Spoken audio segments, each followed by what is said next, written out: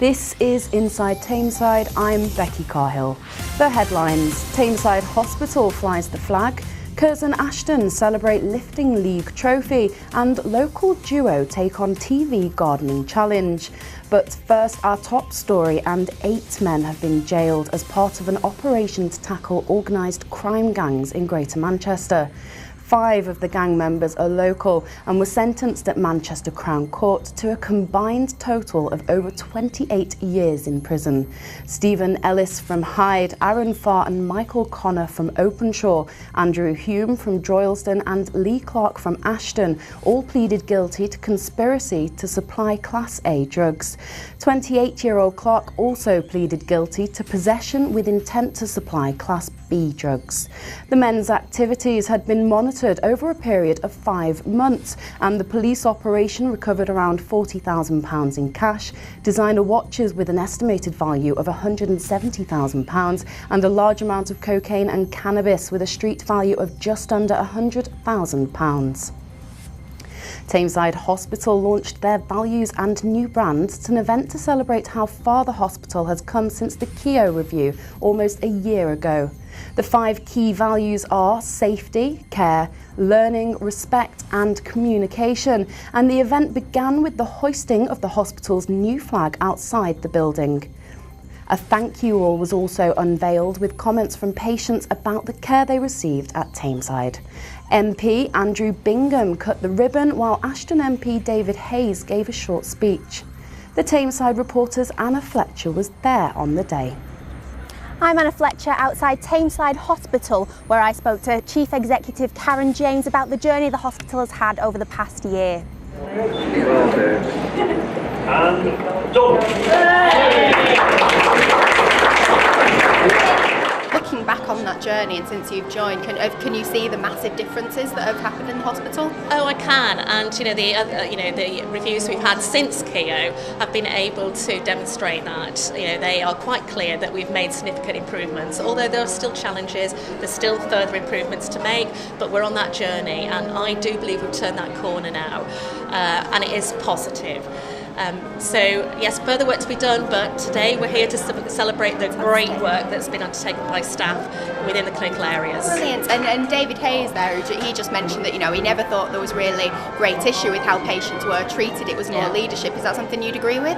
I think it is about leadership. Leadership comes from the top, and we're here to support staff to make the changes, because staff and clinicians and those staff that work behind the reception and so forth, they do know what they need to do to make the necessary changes, and it's for us to support and help them lead those changes. So it's absolutely critical.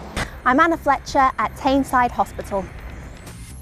After more than 7 weeks, Duckingfield's new mill is finally gearing up for demolition. It follows a partial demolition 5 weeks ago and comes after confirmation was given last week for an entire demolition to commence last Friday. But a delay with the mill tenants removing their belongings and the task of turning off utilities also added to the waiting time. We've had the bake-off, we've had the sewing bee, and now we've got gardening as 9 pairs of amateur gardeners bid to be crowned Britain's best growers on the new BBC 2 series, The Big Allotment Challenge. The show began on Tuesday at 8 p.m. and saw contestants Sean Gagey from Denton and Liz Bowler, who works at New Charter.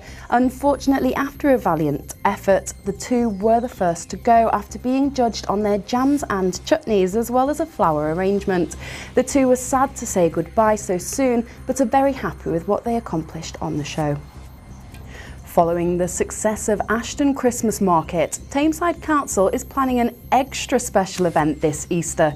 The brand new Droylsden Easter Market, being held in partnership with Droylsden Town Team, will be held in Vilmomble Square this Thursday until Saturday from 10 a.m. until 6:30 p.m. As well as around 20 traditional style cabin stalls, the market will include an Easter bonnet competition, an egg hunt, circus skills workshops, face painting, archery and an animal petting corner. There'll also be live music and dance performances. Special Easter events have also been planned for Ashton, Denton and Hyde. The Willowwood shop in Droylsden is due to reopen on Saturday following a full refurbishment. The Market Street shop, which was the first hospice retail outlet to open more than 20 years ago, helps fund the Ashton-based Willowwood Hospice. Shop manager Debbie Ashley said the hospice shop team were looking forward to reopening. Free goodie bags and cupcakes will be on offer, and customers spending £5 on the opening day will stand the chance of winning up to £1,000 in the hospice lottery. And for the sports news, it was party time at Tameside Stadium on Saturday as Curzon Ashton lifted the Evo Stick League Division 1 North Trophy. The match between Curzon Ashton and Warrington Town was played to the backdrop of a carnival atmosphere as the players emerged for the 3:07 p.m. kick-off in a nod to the Hillsborough tributes around the country. The Warrington Town players formed a guard of honour to welcome John Flanagan's men onto the pitch.